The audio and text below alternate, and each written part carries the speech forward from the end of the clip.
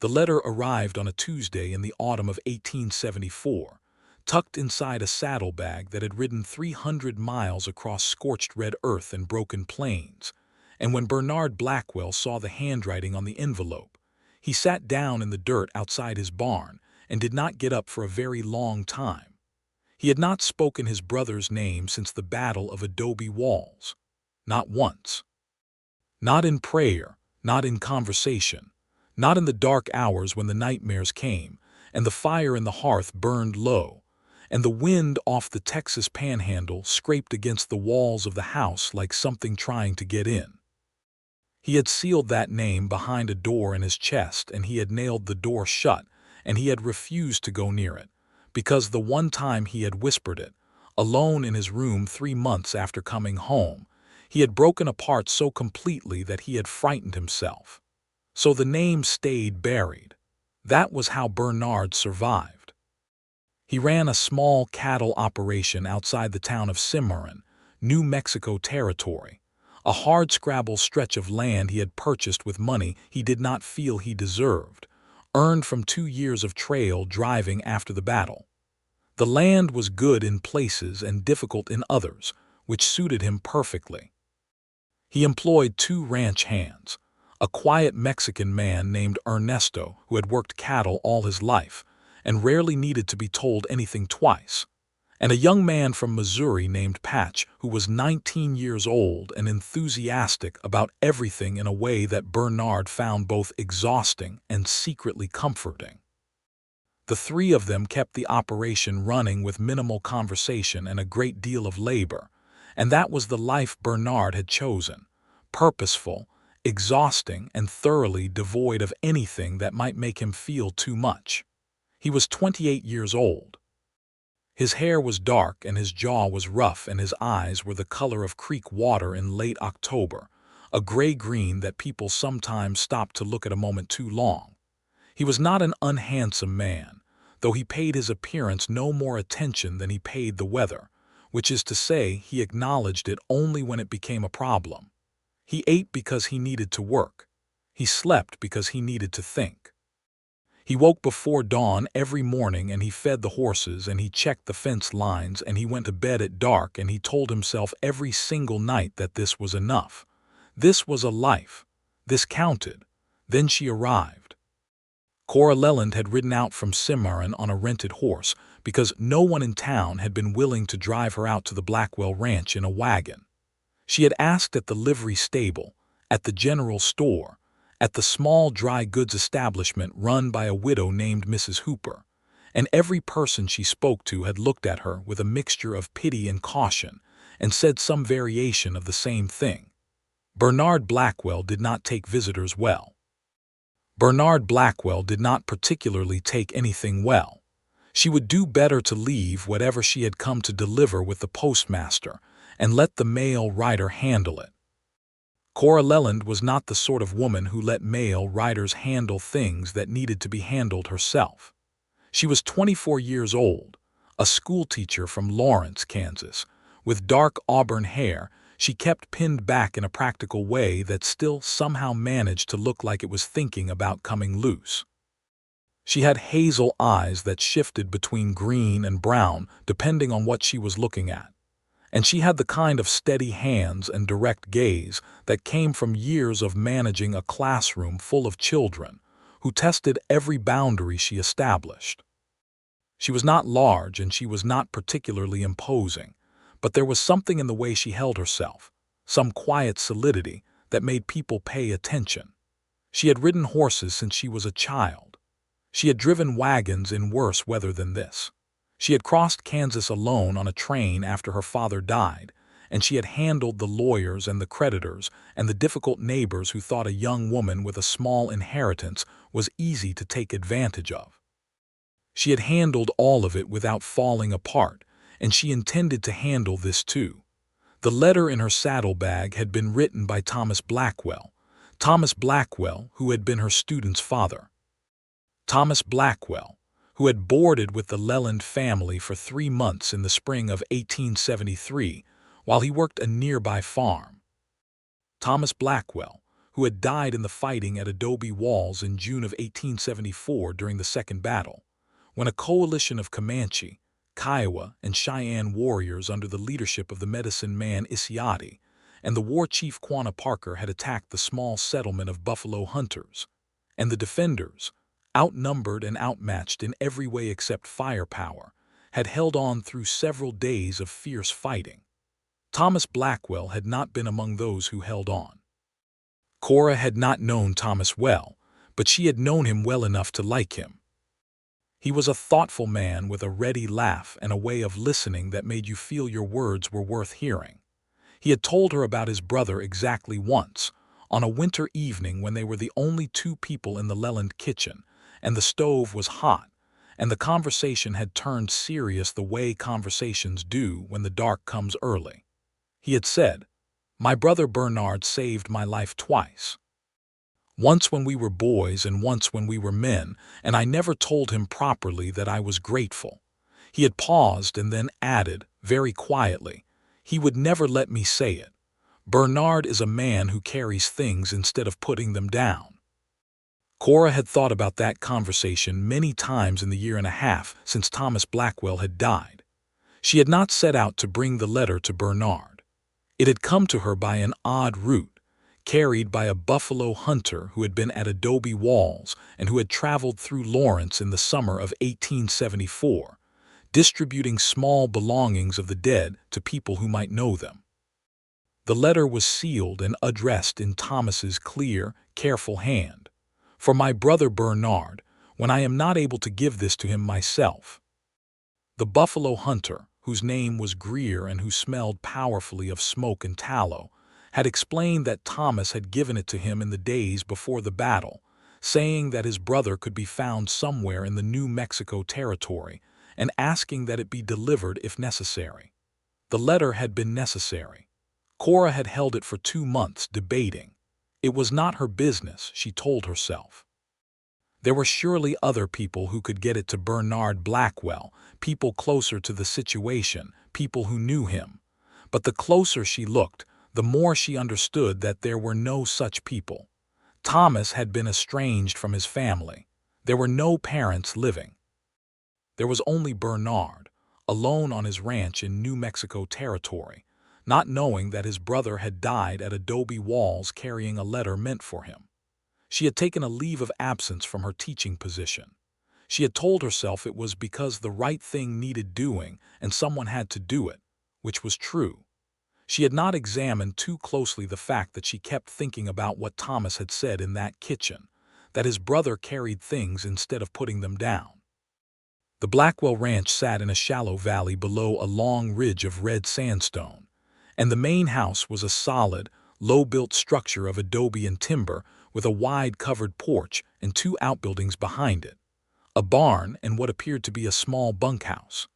The land around it was rough grazed and open, and a creek wound through the lower pasture where she could see a small herd of cattle standing in the afternoon shade of a cottonwood stand.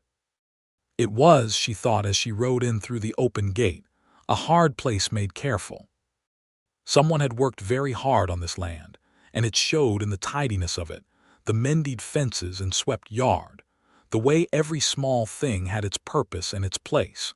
She was aware of being watched before she reached the yard. A young man appeared at the corner of the barn and stopped with a pitchfork in his hand and his mouth slightly open, staring at her the way young men in remote places always stared at women who arrived unexpectedly. An older man appeared in the barn doorway behind him, took one look at her, and called something quietly in Spanish that she did not catch, but that made the younger man close his mouth. Bernard himself came around from the back of the house just as she dismounted. She knew it was him because he matched what Thomas had described, tall and deliberate in his movements, and carrying an expression that said he had already decided this visit was either trouble or an inconvenience and he was prepared for both.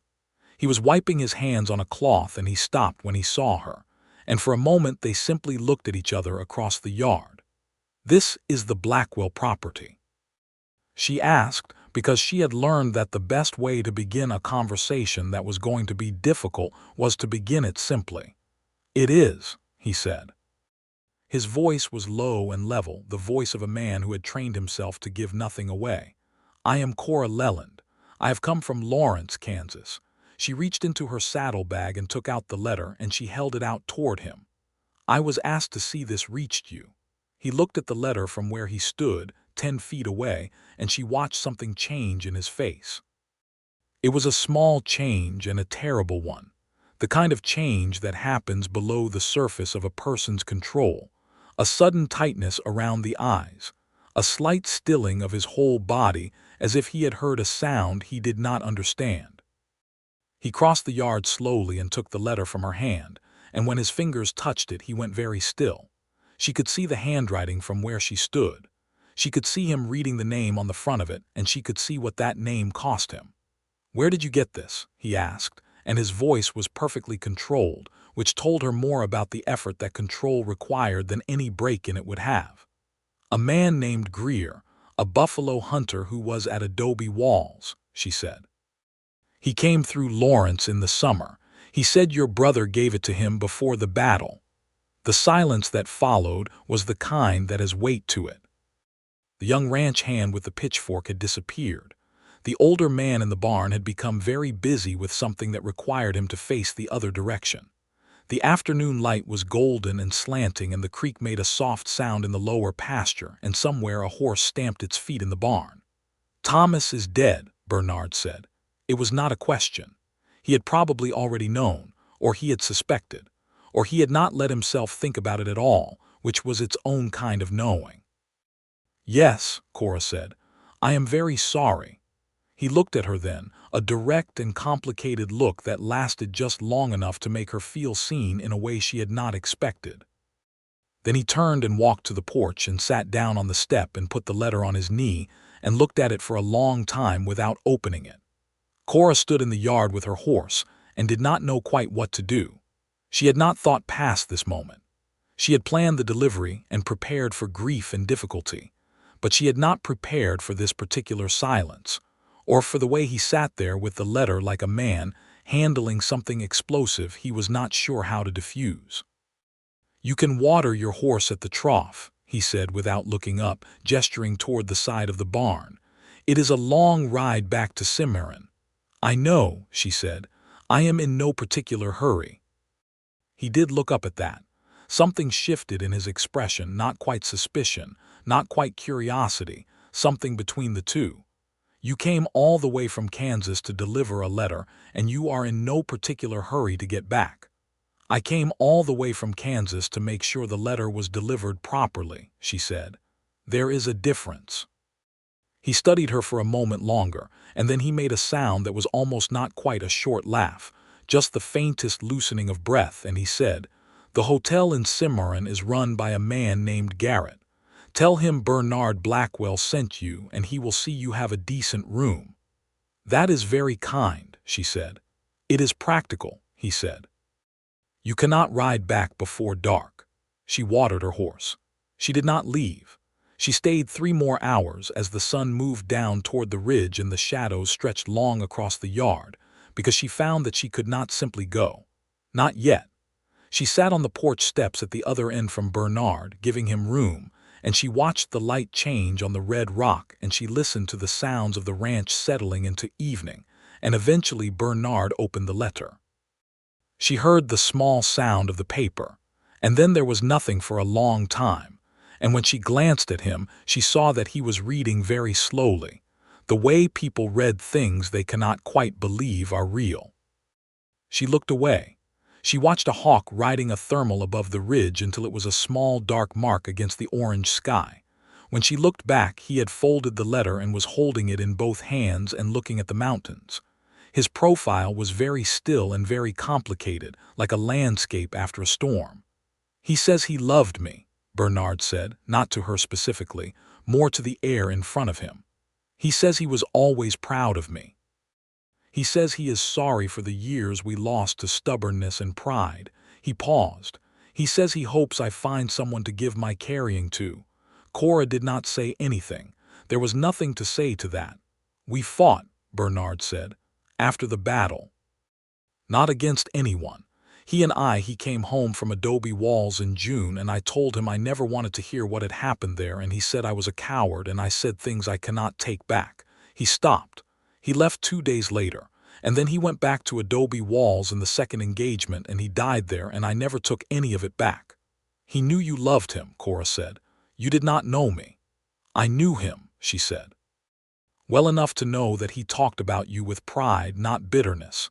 He said you were the best man he knew. Bernard turned to look at her then, fully and directly, and she met his gaze without flinching. He had eyes the color of late October creek water, gray-green and deep, and there was something in them now that had not been there before, something raw and unguarded and very young, which was unexpected in a man who carried himself with such deliberate steadiness. He spoke of me to you, Bernard said. Once, at my mother's kitchen table in the winter before last. He boarded with my family for a season. She paused. He said you were the kind of man who carries things instead of putting them down. I thought when I had the letter that someone ought to bring it in person rather than leave it to chance. Letters get lost. They do, he agreed.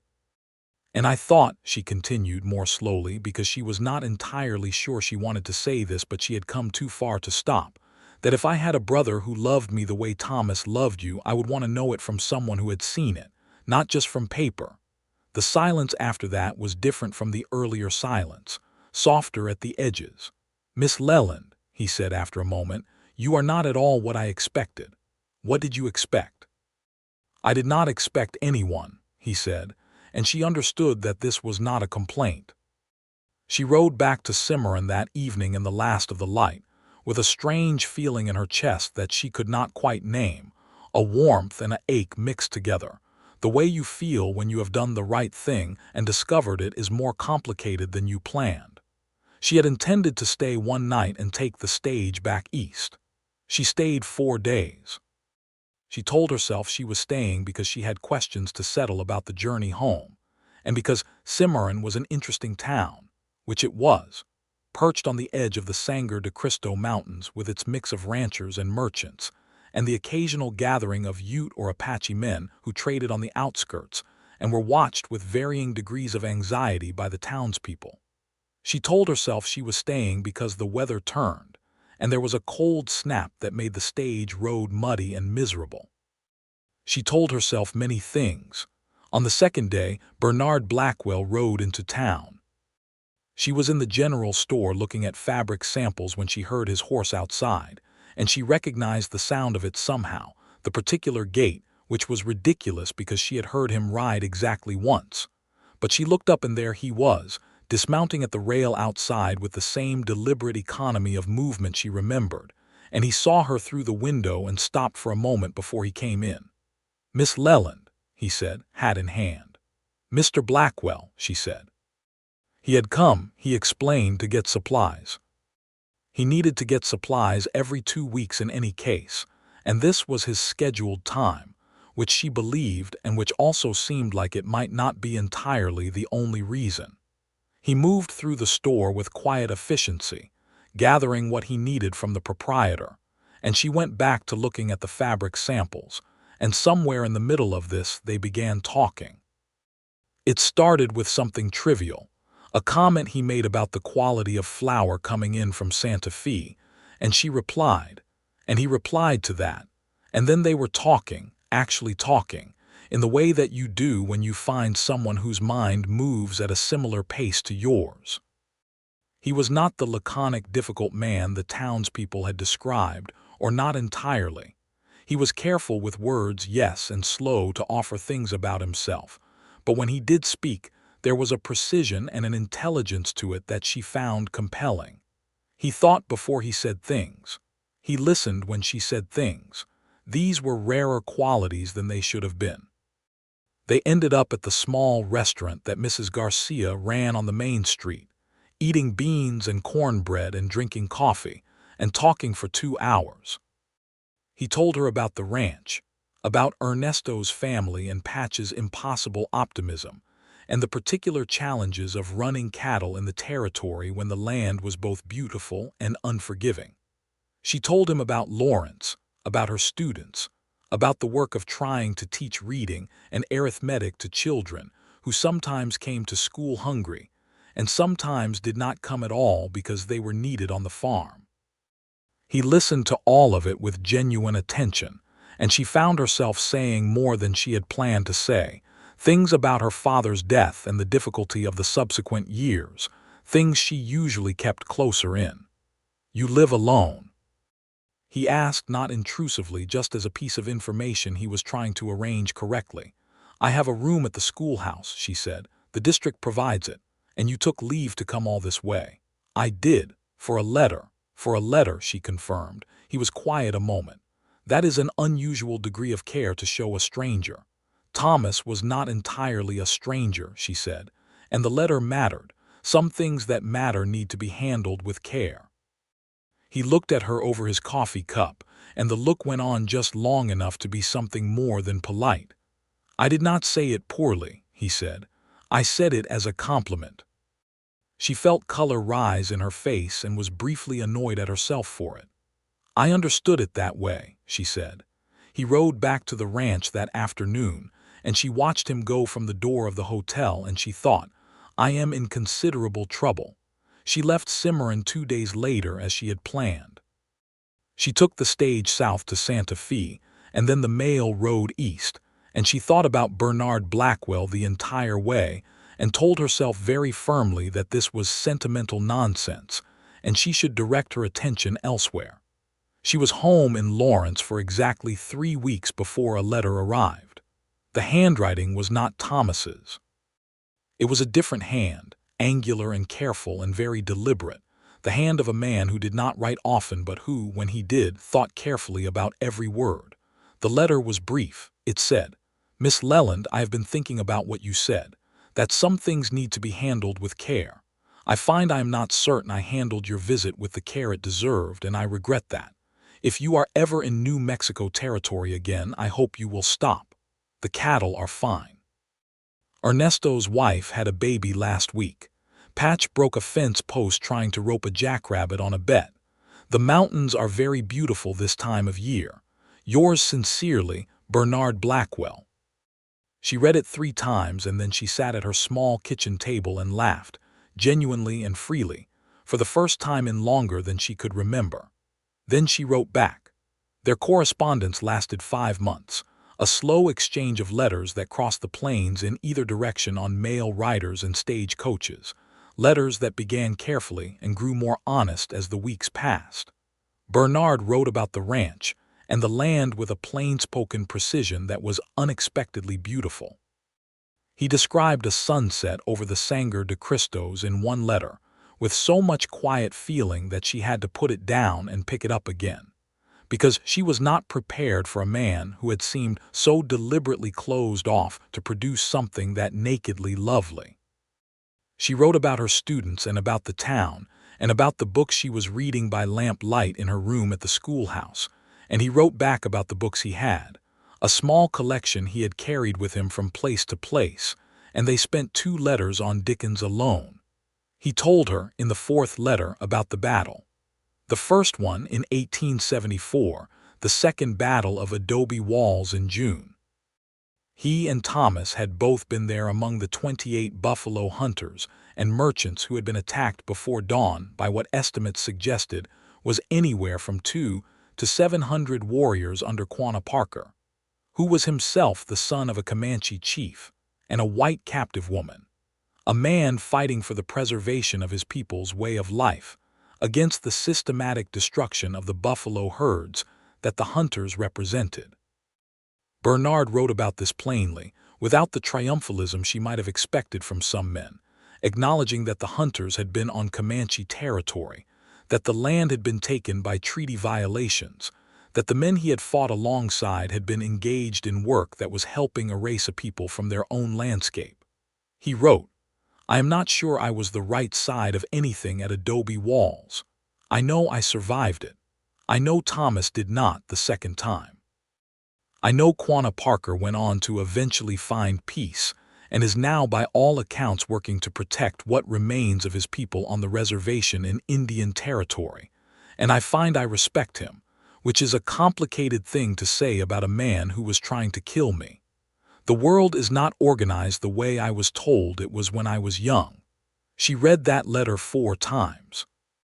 Then she sat down and wrote one of the longest letters of her life, about justice and history, and the things you learn when you are willing to look at them honestly, and about the students she had taught who were the children of families displaced from other places and other lives, and about the particular loneliness of being a person who sees clearly in a world that often prefers not to. He wrote back within a week, "You are the most honest person I have encountered since Thomas. I find I am looking forward to your letters more than I look forward to anything else, which is a fact I am telling you plainly, because you seem to be the kind of person who appreciates plainness." She held that letter against her chest for a moment before she folded it and put it away. It was her supervisor at the school, a precise and well-meaning woman named Mrs. Aldrich, who finally said what Cora had been carefully not saying to herself. They were having tea one afternoon in January of 1875, and Cora had received a letter that morning and had been slightly distracted all day in the way that people are when something pleasant is occupying their thoughts, and Mrs. Aldrich set down her cup and said, "Cora, you are in love with someone." Cora opened her mouth to deny it. "You have been in love with someone for months," Mrs. Aldrich continued calmly. "You have letters from New Mexico and you read them in the supply room where you think no one can see, and you come out looking like a window that has been washed, clear and bright. I am very happy for you. When are you going back?" Cora looked at her for a long moment. "I do not know that I am going back," she said. "No," Mrs. Aldrich agreed pleasantly, "but you should think about it." She thought about it for 3 more weeks. Then she wrote a letter that she read and rewrote 7 times before she sent it, and the final version said, "I find I have been thinking about what you said, that you look forward to my letters more than anything else. I find the same is true for me, and I am a person who has always tried to be honest with herself even when it is inconvenient. I think there is something between us that is worth more than letters. I do not say that to put you in any particular position, only to say that I believe in naming things clearly when the naming matters. I plan to visit Cimarron again in the spring. If you would like to see me, I would like to see you." She sent it before she could think about it any more, and then she spent 2 weeks in a state of restless anxiety that she channeled into exceptional lesson planning and the reorganization of the school's entire book collection. His reply came on a Thursday morning. It was the longest letter he had written, 4 pages in his careful angular hand, and it began, "Miss Leland, I have read your letter a number of times that I am not going to disclose because the number is large enough to be embarrassing for a grown man. I want to say several things." He said them. He said that he had been careful to remain alone because he was aware that he was not easy to be close to, that he carried things badly and sometimes could not explain himself and sometimes could not talk at all, and he did not want to ask someone else to navigate that. He said that Thomas's letter had done something to him that he was still reckoning with, opened something that had been sealed, and that it was both painful and necessary, and that Cora's visit had been part of that opening. He said that he thought about her with a frequency and a specificity that was unlike anything he had experienced before, thought about the particular way she had sat on his porch without intruding, thought about the way she said difficult things simply and true things beautifully. He said, "I think you are the most remarkable woman I have ever known, and I have known enough women to understand that the competition for that assessment is real. I want to see you. I want to see you very much, and I want to say that in person so that you understand it is not just writing." Then he had added in what was clearly an afterthought, "Ernesto's baby is thriving and has been named Thomas, which I did not expect and which affected me more than I can say. His wife, Maria, said she chose the name because Ernesto had spoken of my brother often. I cried in the barn where no one could see.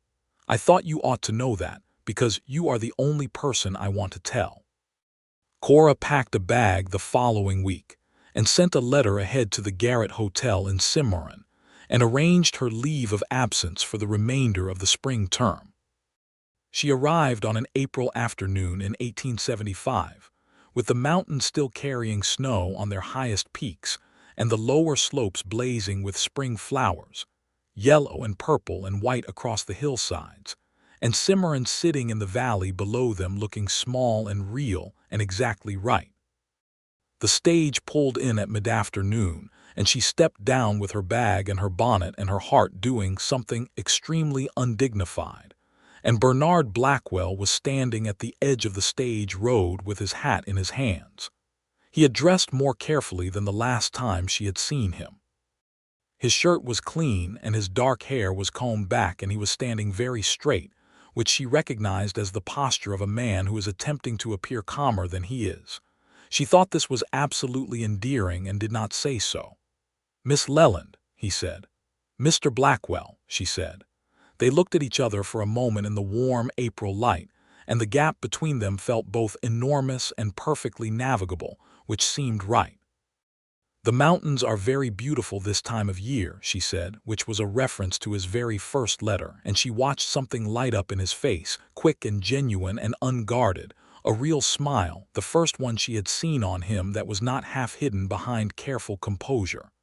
"They are," he agreed. "I am glad you came to see them." He took her bag.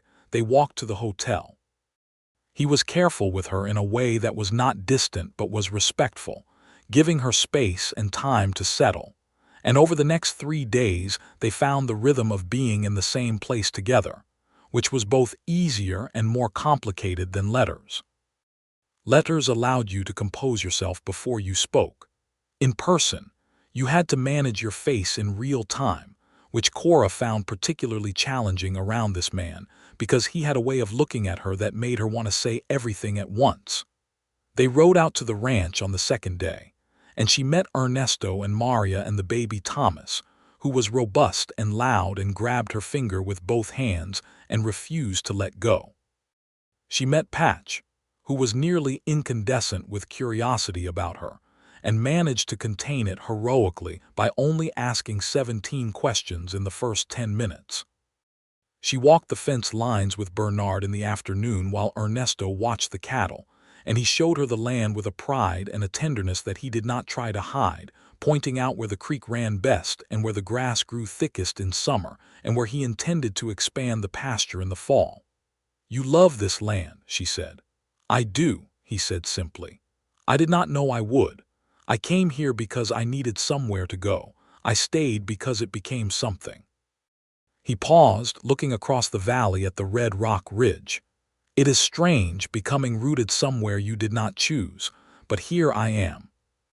She looked at the valley, at the colors of it, rust and gold and deep green along the water, the sky above enormous and full of moving cloud shadows. She could feel the warmth of the afternoon on her face and the smell of sage and dry earth, and something in her settled, quiet and certain, the way things settle when they find their right place. "I think," she said carefully, "that some of the best things are things we did not plan to want."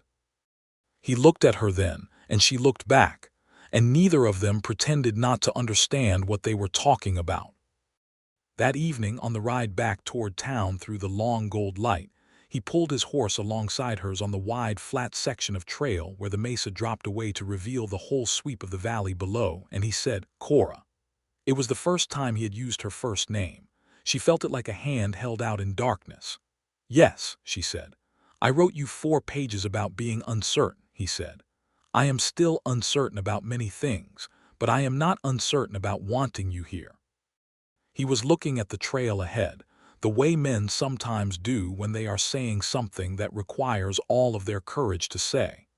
"I am not asking you to make any particular decision. I am just saying that." "Bernard," she said, and watched him turn toward her at the sound of it, "I did not ride 300 miles and take a leave from my position because I was uncertain." He held her gaze for a long moment, and then he reached across the space between their horses and took her hand, just briefly, just for a moment, and the warmth of it traveled all the way up her arm and settled in the center of her chest. They rode into town in the last of the evening light, and she could not stop smiling, and she did not try to. The next weeks were a courtship of the most unromantic and completely romantic kind, which is to say they did real things together and fell in love through the doing of them. She cooked in the ranch kitchen with Maria one afternoon and discovered that she liked it there. The warmth of it and the smell of the food and the way Maria laughed freely about everything, especially Patch's continuous misadventures. She helped Ernesto and Bernard repair a section of fence that had been damaged by cattle, and found that working alongside someone told you enormous amounts about who they were. Bernard was patient and thorough and gave credit clearly, saying, "Ernesto, that is better than what I had in mind," with no difficulty. And Ernesto accepted this with a quiet dignity that showed a working relationship built on genuine mutual respect. She also saw the other side of Bernard. The nights when he came to supper at Mrs. Garcia's in town and was very quiet, not the comfortable quiet she was learning to know, but a closed quiet, the door nailed shut again, and she understood that Thomas was present in those moments, or the memories of the battle, or both. She did not push at those evenings. She sat with him and talked about other things or was quiet herself, and she noticed that when she did not demand more than he could give, he came back more fully than if she had forced him. One of those evenings, near the end of her second week, he said abruptly, "I did not hold his hand. At the end, I was not there." She understood that they had arrived at something important. She set down her fork and gave him her full attention without making a performance of it. "He died in the fighting," he continued. "I got the news weeks later. I do not know the details.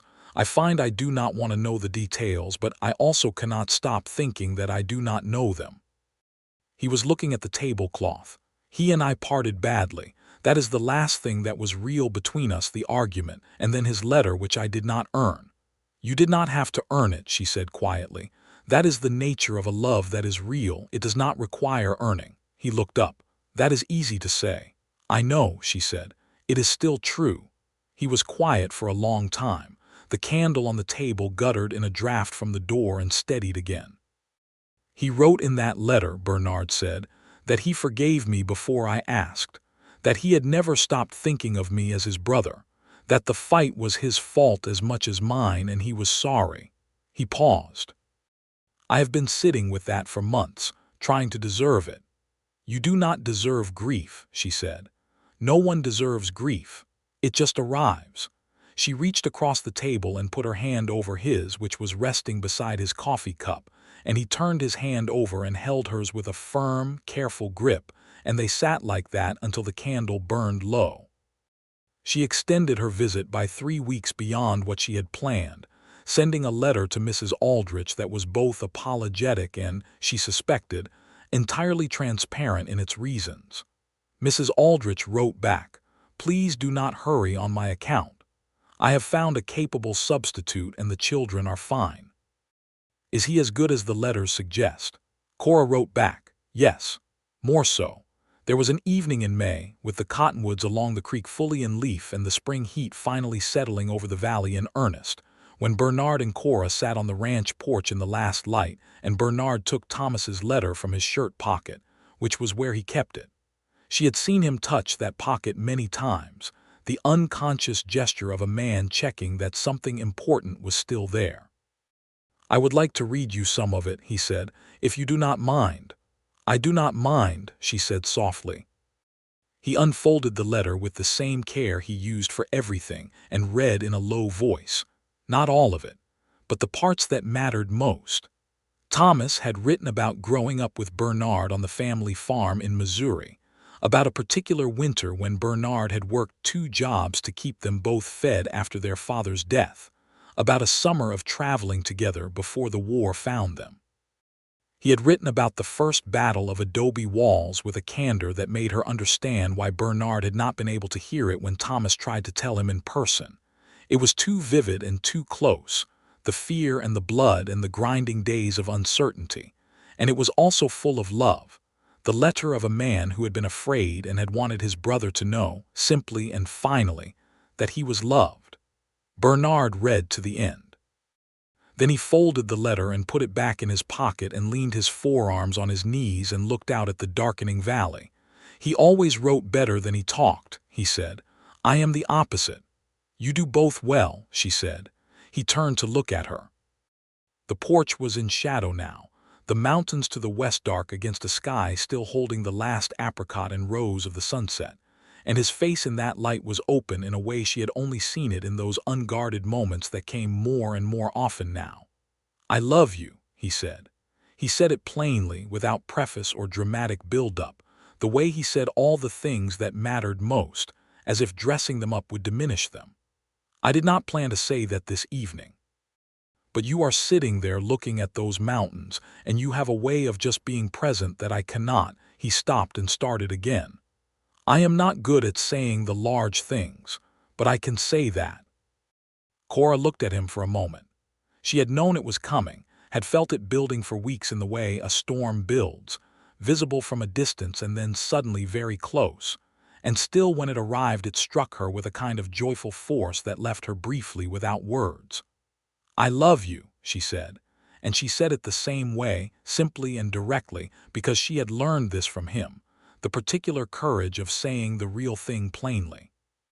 He reached over and tucked a strand of her hair behind her ear with one gentle finger, and she leaned into his hand just slightly, and he moved closer on the bench and she did not move away, and they sat together in the warm dark while the stars came out one by one over the Sangre de Cristo Mountains.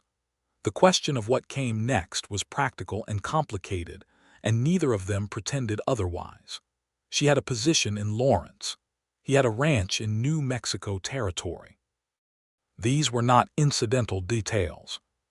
He raised it one evening at supper with a directness she appreciated. "I want to ask you to marry me, but I am aware that this ranch is far from everything you know, and I do not want to ask you to give up what you have built for something you cannot fully see yet." She considered this. "I have seen enough," she said. "A few weeks is not a life." "No," she agreed, "but I have been paying attention for those few weeks. I know the land. I know Ernesto and Maria and baby Thomas and Patch and his catastrophic fence post. I know what you are building here and why, and I know who you are in the building of it." She held his gaze. "I am not 20 years old, Bernard. I have lived enough life to know the difference between a thing that looks good and a thing that is good." He was quiet for a moment, turning his coffee cup in his hands, and then he said, "There is a schoolhouse in Cimarron. I heard the district has been looking for a teacher for 2 years. The previous teacher went back east to be married." She looked at him. "You inquired?" "Last week," he said, and the faint color that came into his face at this admission was one of the most appealing things she had ever seen on a man. "I wanted to know before I asked you whether there was a reason it might be practical, in addition to the other reasons." "And is there?" "There is," he said. He reached into his jacket and set something on the table between them, a small ring, plain and gold, with a tiny turquoise stone that caught the light. "I bought this from a Navajo silversmith in Santa Fe last week. He made it in an afternoon. I described what I wanted and he listened and did it." He paused. "I want you to marry me, Cora. I want to build the rest of this with you here." She looked at the ring for a long moment. The turquoise was the exact color of the New Mexico sky at mid-morning, a color she had come to love without meaning to. "Yes," she said. "Of course, yes." He slid the ring onto her finger and held her hand and looked at her across the table in the warm lamplight with everything he felt fully visible in his face. No door, no nail, just Bernard Blackwell looking at her and letting her see all of it. And she thought, this is the most beautiful thing. They were married in Cimarron in June of 1875, exactly 1 year after Thomas Blackwell had died at Adobe Walls. Cora had not planned this timing, and when she realized it, she asked Bernard whether it troubled him. He thought about it for a long time and then said, "He told me in the letter to find someone to give my carrying to. I think he would find it appropriate." The ceremony was small and real. It was performed by the local preacher in the small church at the end of Cimarron's Main Street, with Ernesto and Maria as witnesses and Patch standing in the back with his hat in his hands looking like he might cry. which he did briefly, and with absolutely no embarrassment. Mrs. Garcia brought food afterward, and they ate on the church steps in the sun. And Maria held baby Thomas on her hip, and Ernesto shook Bernard's hand with a grip that said everything about the years of work and trust between them. And Cora wore a dress she had made herself from the fabric she had looked at in the general store on her very first visit, a deep blue that made her hazel eyes look fully green. Bernard said his vows looking directly at her, no hesitation, no looking away, and his voice was steady and his words were his own because he had asked to say his own rather than simply repeat the preacher's. And he said, "I promise to be honest with you about everything, including the things I find difficult to say. I promise to carry things with you rather than alone. I promise to love you on the hard days and the easy ones and all the ones in between, for as long as I have days to give." She said hers and her voice only broke once briefly, and she steadied herself and finished. And when the preacher said the final words and Bernard kissed her in front of everyone, it was not brief or perfunctory but warm and deliberate, and Patch made a sound of pure delight in the back of the church that made everyone laugh. The life they built was not perfect, because no life is, but it was real and full and constantly surprising in the ways that matter. Cora took the teaching position at the Cimarron schoolhouse and discovered that she was well suited to the particular challenges of frontier teaching. Children from farming families and ranching families, and a handful of Mexican families, and 2 children whose mother was Ute, and who came irregularly because their family moved with the season. She treated all of her students with equal seriousness, and worked to make the schoolhouse a place where different backgrounds were not a source of shame, which was not always popular with every parent in town, but which she pursued with a steady and cheerful persistence that eventually won most people over, because the results were hard to argue with. Her students learned to read, and they learned to reason, and they learned that the world was larger and more complicated than the valley they lived in. She talked to Bernard about her students in the evenings, and he listened with genuine interest and offered thoughts that were often useful. And she talked to him about the books she was reading and the letters she received from Mrs. Aldrich back in Lawrence and from her mother's cousin in Ohio. In return, he told her about the cattle and the land and the problems and the plans, and they argued sometimes about decisions the way people do who take their partnership seriously, and they resolved the arguments in the way of people who love each other well, honestly and directly, without festering. The first winter was hard. A cold came in November that froze the creek and killed 3 of their cattle before Bernard and Ernesto could get them to the barn. And there was a period of 3 weeks when the temperature did not rise above freezing, and the wind was constant and punishing, and the house was warm, but the world outside was a wall of white and gray. Cora, who had lived through Kansas winters, managed fine, but she saw what it cost Bernard to watch the herd, the careful worried nights of checking and rechecking, the responsibility of other creatures' lives in his hands. On the worst night, when the wind was screaming at the shutters and the temperature had dropped to something that made the timbers of the house crack, she found him awake at 3 in the morning sitting at the kitchen table with his coat on, having just come in from another check. She built up the fire and made coffee and sat across from him without asking, and they sat together in the warm kitchen while the storm did what it wanted outside. He would have hated this cold, Bernard said suddenly, and she knew immediately who he meant. Thomas. He complained about cold from October until April every year, Bernard said, and he was smiling, an unguarded private smile, the smile of memory rather than grief. He had an extraordinary talent for finding exactly the worst possible thing to say about the weather. He once described February as the month God invented to insult people personally. Cora laughed. That is very good. He was funny, Bernard said. I forget that sometimes when I am thinking about the end of things.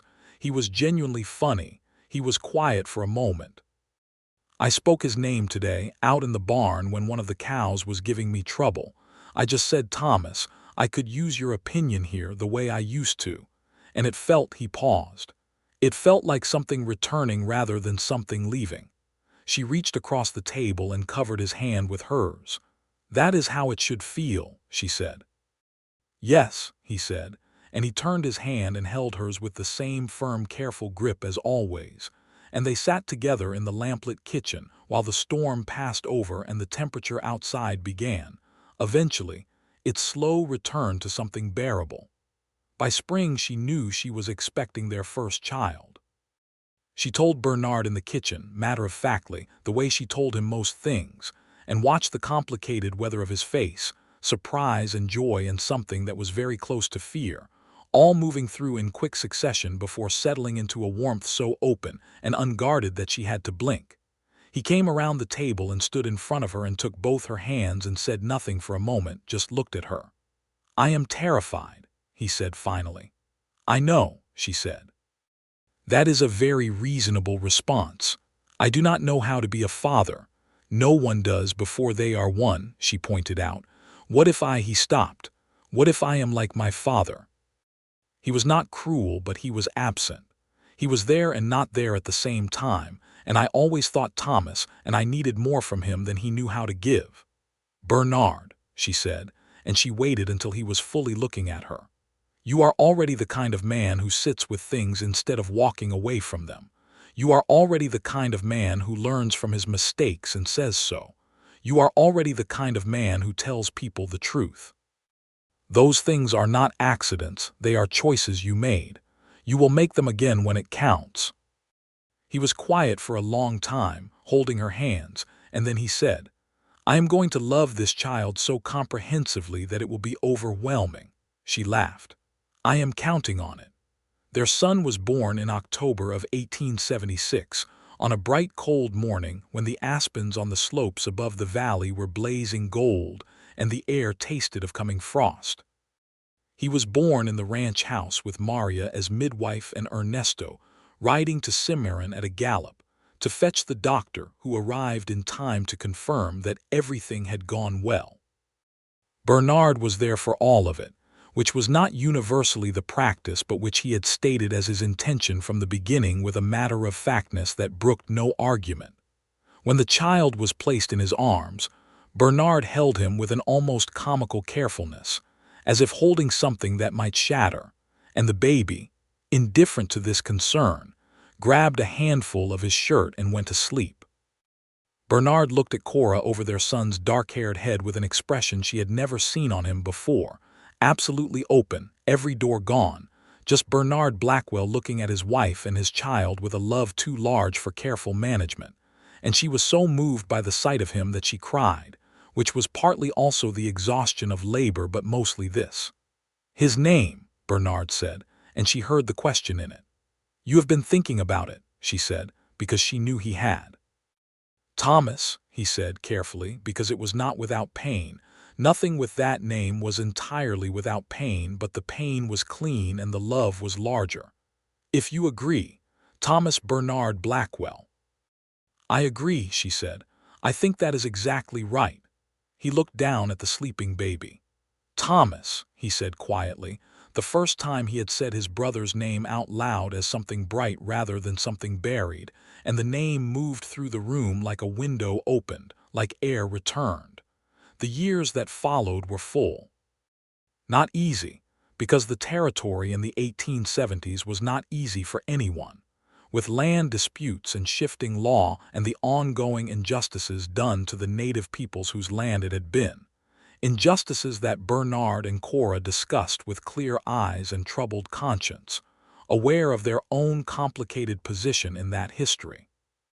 Bernard had land that had been Comanche and Ute territory within living memory, and he knew it, and the knowledge did not excuse him from anything, but it did make him conduct himself with a specific kind of care toward the people who still moved through those lands, paying fair prices for trade goods, never filing spurious land claims against Mexican families who had been there for generations, treating Ernesto's family and the few native families who came to the ranch not as curiosities or threats, but as people.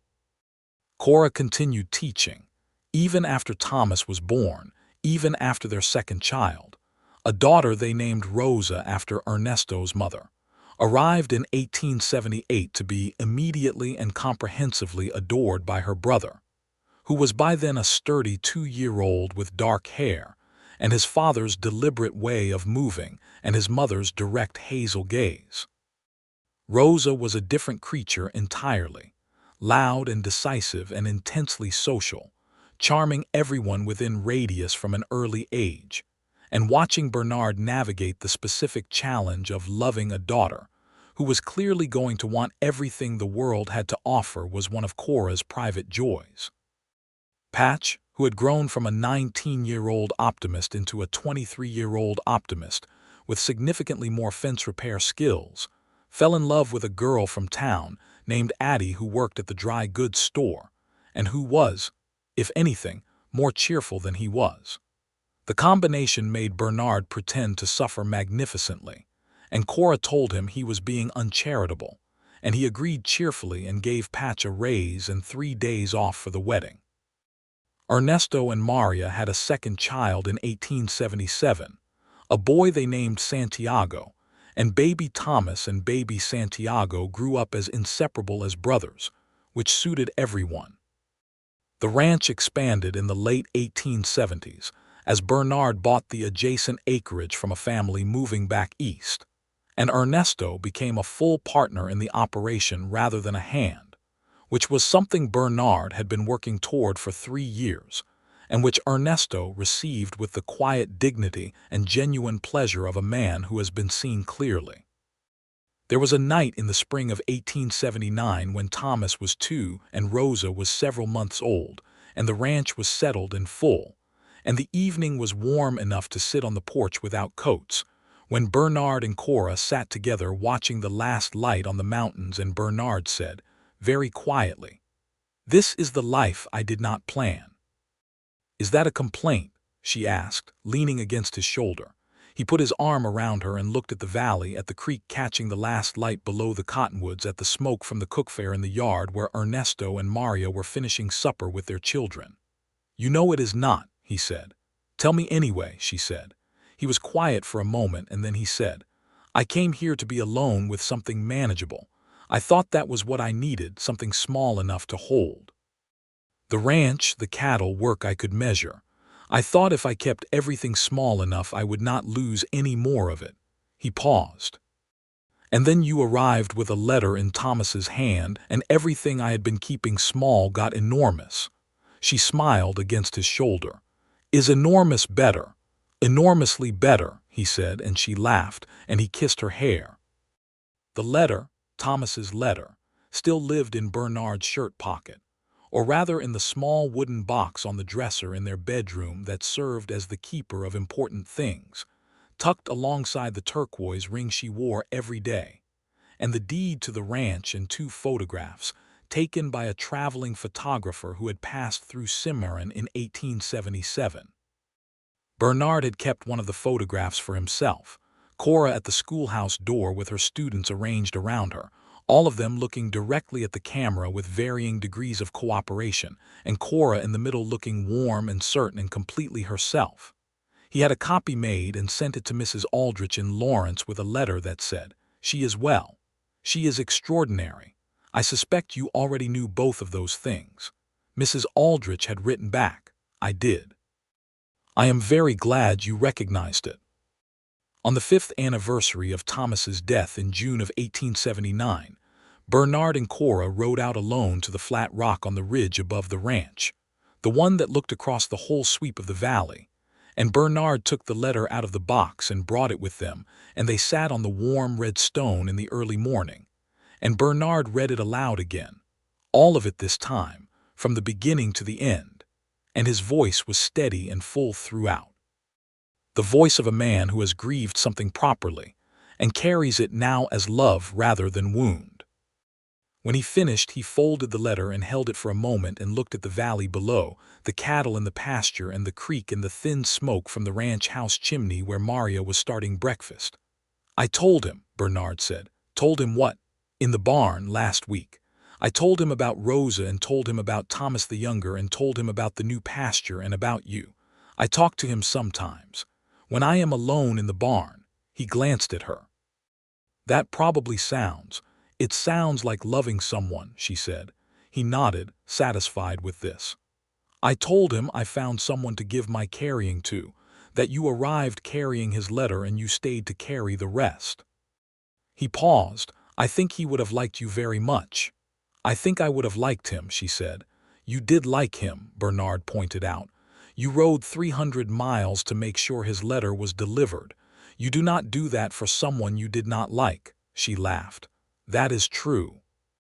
He put his arm around her on the warm rock, and they sat with the valley spread before them, and the morning light growing and the mountains to the west still sharp-edged against the sky. And it was very quiet and very good, the way things are when they have been properly arrived at. She was expecting their third child by that autumn, a fact they received with the easy joy of people who have stopped being surprised by blessings. Bernard's first response was to look at the two children already running through the house and yard and ranch with the full force of their personalities and say, with genuine wonder, "Where do you suppose this one will fit?" "Somewhere new," Cora said. "They always do." He came in from the barn that evening with a particular expression, the careful face that meant he had been thinking about something he wanted to say correctly. He sat across from her at the kitchen table where she was grading her students' arithmetic papers by lamplight, and he said, "I want to say something while I am thinking clearly and while the children are asleep." She set down her pencil. "Say it." "I know that I am not always easy," he said. "I know that there are nights when I am somewhere else and you wait for me to come back, and I know that I am better at it than I was, but I am still learning. I want you to know that every time you wait, every time you sit with me on the hard evenings without demanding what I cannot give in that moment, I notice. It is not something I take for granted." She looked at him in the lamplight, this man she had come to know so thoroughly, the angles and the depths of him, the winter silences and the spring openings, the hands that were gentle with their children and careful with injured animals, and occasionally broke into fists at his sides when the old grief or the old anger came up, and he was managing it, the voice that said the most important things in the quietest register, the eyes that had gone from guarded to open over the years of their marriage in the way a landscape changes when the season finally turns. "Bernard," she said, "I do not wait with patience as a favor to you. I wait because you are worth waiting for. There is a difference." He looked at her for a long moment, and then he came around the table and cupped her face in his hands with a tenderness that still, after 4 years, could render her entirely undone, and kissed her in the way he had always kissed her when words ran out, thoroughly and honestly, as if the kiss itself was a statement of everything that would not fit in language. Their third child, another son, was born in April of 1880. He came into the world with a firm opinion about it that he demonstrated immediately and at volume, and Bernard, who had by this time developed considerably from the terrified man who had held Thomas the Elder with comical care, received this new boy with the ease of experience and the absolutely unchanged joy of it. They named him Samuel James Blackwell, and he had Cora's auburn hair from the beginning, which delighted her, and which Bernard declared unfair on the grounds that he had been hoping for at least one child to inherit what he called the unremarkable Blackwell coloring, which prompted Cora to point out that his coloring was far from unremarkable, and she had thought so from the first day she met him, which made him smile in the private pleased way she loved most. The town of Cimarron grew through the 1880s, and with it grew the complexity of frontier life, new settlers coming west on the railroad, the old land grant disputes between Anglo settlers and the Hispanic families who had been there for generations becoming increasingly bitter, the cattle industry changing as barbed wire fenced the open range, and the great cattle drives became something the older men talked about in the past tense. Bernard navigated these changes with the careful thoughtfulness he brought to everything, expanding when it made sense and holding steady when holding steady was right. And Cora, who understood economics and community and the long view of things, was his equal partner in every decision. The schoolhouse expanded in 1881 when the district finally approved funding for a second room, and Cora trained a young assistant teacher named Josephine, who had come west from Illinois with a seriousness of purpose that reminded Cora so thoroughly of her younger self that she wrote to Mrs. Aldrich about it with great fondness. Mrs. Aldrich wrote back from Lawrence, where she had retired but remained comprehensively engaged with educational politics, with equal fondness and considerable amusement. On a September evening in 1882, Bernard and Cora sat on the porch of the ranch house, which had been expanded twice since they married and now sprawled comfortably along the south side of the valley with a covered porch the full length of it. The children were in bed. The older two, Thomas and Rosa, had been given permission to read by candlelight for another hour, a concession that they had negotiated with impressive collaborative strategy that Cora respected, while declining to mention that she found it admirable. Samuel, 2 years old and still convinced that sleeping was optional, had been talked down by Bernard, who had a specific talent for this, a low, steady voice, and a particular way of just being present that convinced small people that rest was worthwhile. The night was warm and the stars were fully out over the valley, the huge western sky dense with them, and the creek made its usual sound in the lower pasture, and somewhere an owl called once and was quiet. Bernard poured 2 small glasses of whiskey from the bottle he kept for occasions that felt worth acknowledging, and he handed Cora one and kept the other, and they sat together in the old comfortable way, her feet tucked up under her on the bench and his long legs stretched to the porch rail and the warmth of him along her side. "I was thinking today," he said, "about the morning you rode in, the first time." "With the letter," she said. "With the letter," he agreed. "I was around the back of the house doing absolutely nothing interesting when I heard a horse come through the gate, and when I came around and saw you I thought, trouble. I thought, whoever this is, they have come to bring me something I do not want." "You were correct," she said. "I was incorrect," he said. "I thought what I did not want was the letter. What I did not want was to feel any of it, to open any of the doors I had closed. But you did not bring me trouble. You brought me Thomas back, the real version of him, the loving version, the brother who forgave me before I asked." He paused. "And you brought me you, which was the part I had no category for at all." She turned her head to look at him. The starlight was enough to see his face, and it was the open face, the fully open Bernard she had come to know, the one that trusted her with all of it. "You sat on my porch step," he said, "and gave me room. You did not push. You just stayed in that way you have of just staying, that is not passive or resigned but is actually the most active kind of presence." He shook his head slightly. "I did not understand it at first. I thought you were being polite, and then I realized you were doing something much more specific. You were being there in case I needed someone to be there." "Someone needed to be there," she said simply. "Yes," he said. "And it was you." He lifted his glass slightly toward the sky, toward the stars and the mountains and whatever lies beyond them. "Thomas," he said, and his voice was warm and whole and unbroken, the name alive in the night air, belonging to the baby sleeping in the house and to the man who had died at Adobe Walls and to the years between, all of it present and real and finally at peace. "Thomas," Cora said softly. They sat together in the quiet and finished their whiskey and watched the stars wheel slowly overhead, and the cattle were still in the lower pasture, and the creek ran and the horses slept in the barn, and the children breathed in the warm lamplight of their rooms. And all of it was there. All of it was real. This life built from a letter and a porch step and a woman who rode 300 miles because some things need to be handled with care. Inside, in the small wooden box on the bedroom dresser, the letter rested.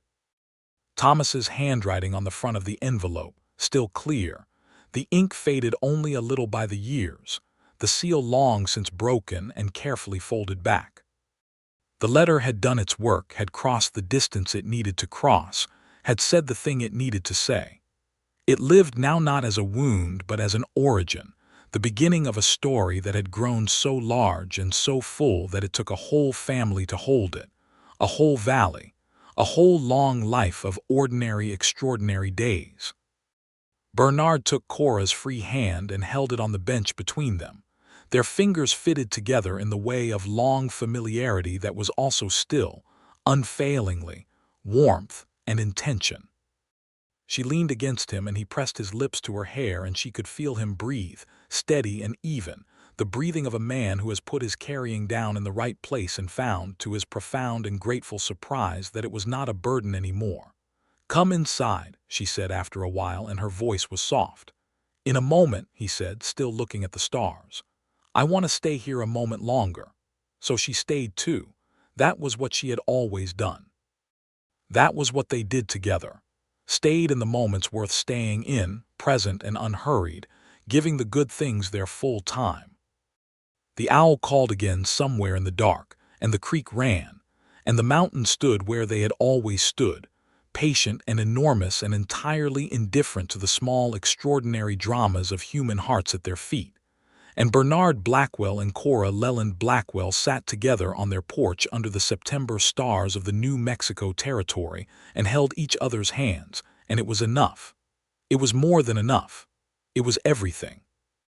In the years that followed, the ranch grew, and the children grew, and the town grew, and life continued in the way of good lives, not without hardship or grief or difficulty, because no life is, but with two people meeting each difficulty together and emerging from the other side of each one closer rather than further apart.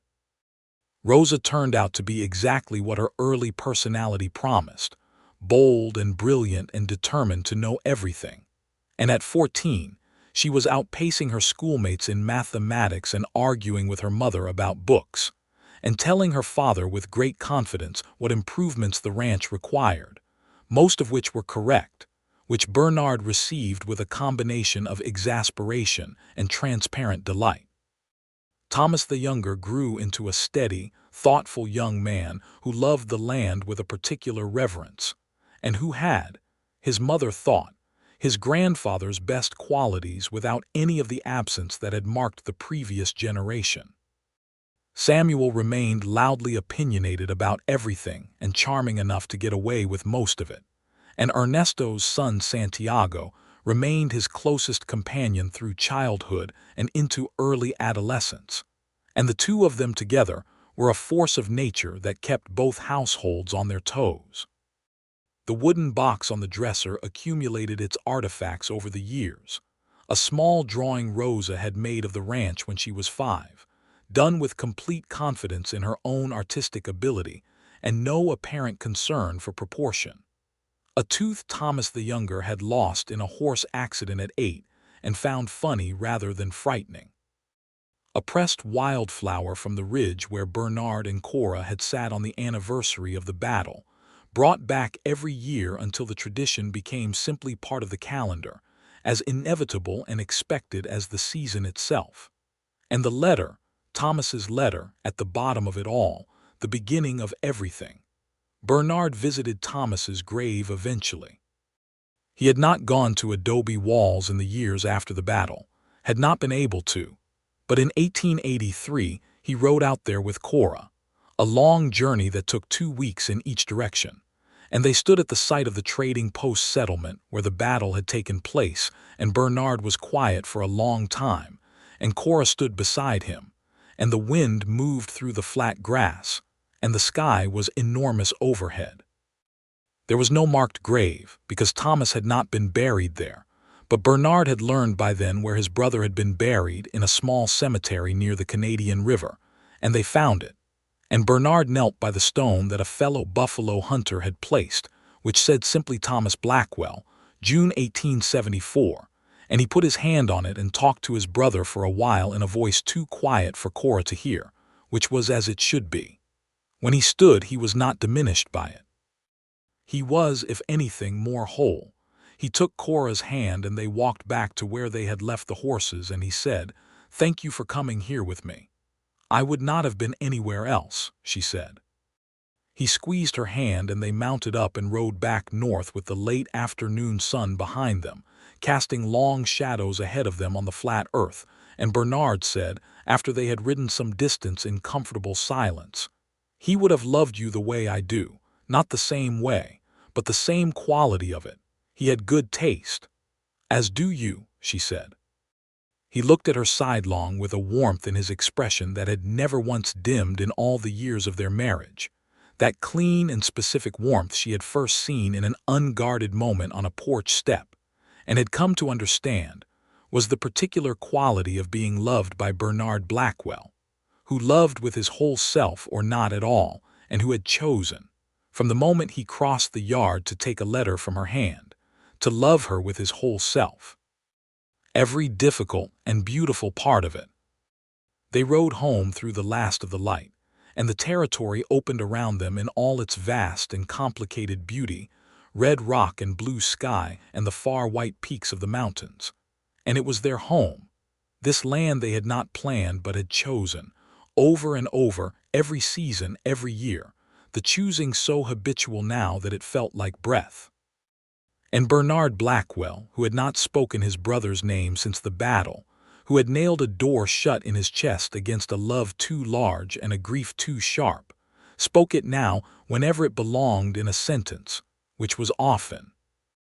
In the name of his eldest boy, in the stories he told his children on winter nights, in the quiet conversations with his wife in the kitchen lamplight, in the visits to the ridge each June when he said it to the mountains, and the mountains received it without comment and gave it back unchanged. The name had weight and warmth, and the particular quality of a thing that has been held through long difficulty and found, on the other side of the holding, to be indestructible. Cora kept her students' names for 30 years. When she finally retired from the Cimarron schoolhouse in 1905, older and silver-haired and still entirely herself in every way that mattered, she had taught 3 generations of Valley children, and 2 of them were her own grandchildren, Rosa's daughter and Thomas's son, who sat in the same wooden seats their parents had sat in and learned their letters from the same patient hands. The valley held them, and the mountains held the valley, and the years held everything, and it was good.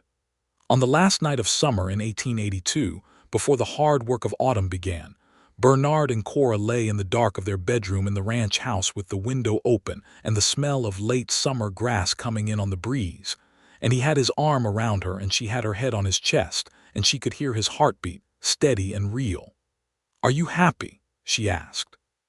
He did not answer immediately, which was how she knew the answer was going to be truthful and complete. "I am the happiest I have ever understood how to be," he said, "and I think I am still learning." She turned her face up toward him in the dark. "Me too," she said. He pressed his mouth to her temple and held her close, and the night air moved through the open window carrying the smell of grass and stone and the season changing, and the creek ran in the lower pasture, and the horses slept in the barn, and the children breathed in their rooms, and Thomas Blackwell's letter rested in its wooden box on the dresser, its work done and ongoing. And Bernard Blackwell held his wife in the dark of their bedroom and spoke no more words, because there were none required.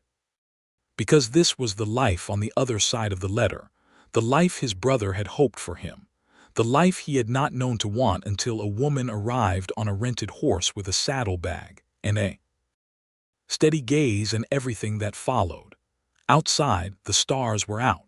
They always were, out here in the territory, enormous and clear and indifferent and beautiful. They did not care about love or grief or letters or battles or the small lit windows of ranch houses in dark valleys. But something shone through them nonetheless, something ancient and persistent that people had always called by different names, and in the Blackwell ranch house that September night it was called Bernard, and Cora, and Thomas, and Rosa, and Samuel, and home.